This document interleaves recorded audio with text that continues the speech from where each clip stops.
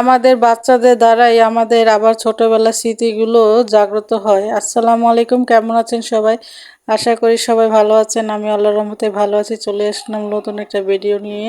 আশা করি সম্পূর্ণ ভিডিওটা দেখে সঙ্গে থাকবেন। তা আমার ছেলে এরকম বাঁশ ঝাড় দেখলেই মানে এরকম দুলতে থাকে।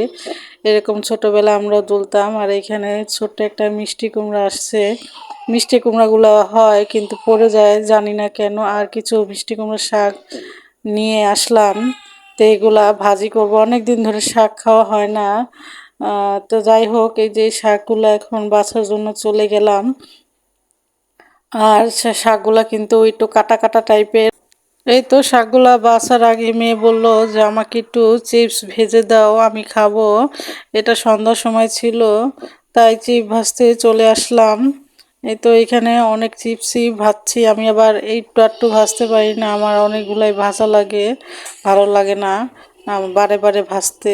এই তো আর ভাজতে ভাজতে সবাইকে একটা কথা মনে করিয়ে দিচ্ছি, ফেসবুক থেকে দেখে থাকলে অবশ্যই ফলো করে দিবেন, ইউটিউব থেকে দেখে থাকলে অবশ্যই সাবস্ক্রাইব করে দিবেন, লাইক কমেন্ট করতে ভুলবেন না। বেশি ভালো লাগলে অবশ্যই ফ্রেন্ড সার্কেলদের সাথে শেয়ার করবেন। এখানে আমি খুবই মানে এই অল্প ছিল চিপসগুলা, এগুলো আমি সম্পূর্ণ ভেজে নিলাম। আর আরেকটা রকম ছিল চিপসগুলা। এই তো এই চিপসগুলো অনেক ভালো লাগে। তো এগুলো একটু ভাজা হয়ে গিয়েছে, এখন আরেক পদের আছে, ওগুলো একটু ভাজবো। কিন্তু এগুলা বললো যে পটেটো চিপস ওই টাইপের, কিন্তু পটেটো চিপস কিনলে যেরকম টেস্ট, ওই টেস্টটা পাইলাম না। মানে আগে যে চিপসটা ভাজছি ওইটার মতনই হয়েছে। জানি না, দেখি আবার গিয়ে জিজ্ঞেস করবো যে এটা তো পটেটো চিপস ছিল না, আপনারা শুধু শুধু পটেটো চিপস বলে বিক্রি করেন, মানে বেশি দাম দিয়ে বিক্রি করে ওইটার তুলনায়। যাই হোক, এগুলো ভাজলাম। এই তো কড়াইটা ফুলে গেল। আর আজকে আমার ছেলেটাও এই চিপসটা খেয়েছে। ওই গতবার ভাজছিলাম, ও খায় নাই। আর এগুলাতে তো প্রচুর তেল লাগে, না খাওয়াই ভালো। এই জন্য আমি কম করেই আনি, খুব একটা বেশি আনি না, যাতে না খাওয়া লাগে এর জন্যই। আর এগুলা বাচ্চাদেরকে কমই খাওয়াই। এই মানে কত প্রায় 1-1.5 বছর পরে এই চিপসগুলা আনলাম। এই তো আমার চিপসগুলা এখন ভাজা শেষ।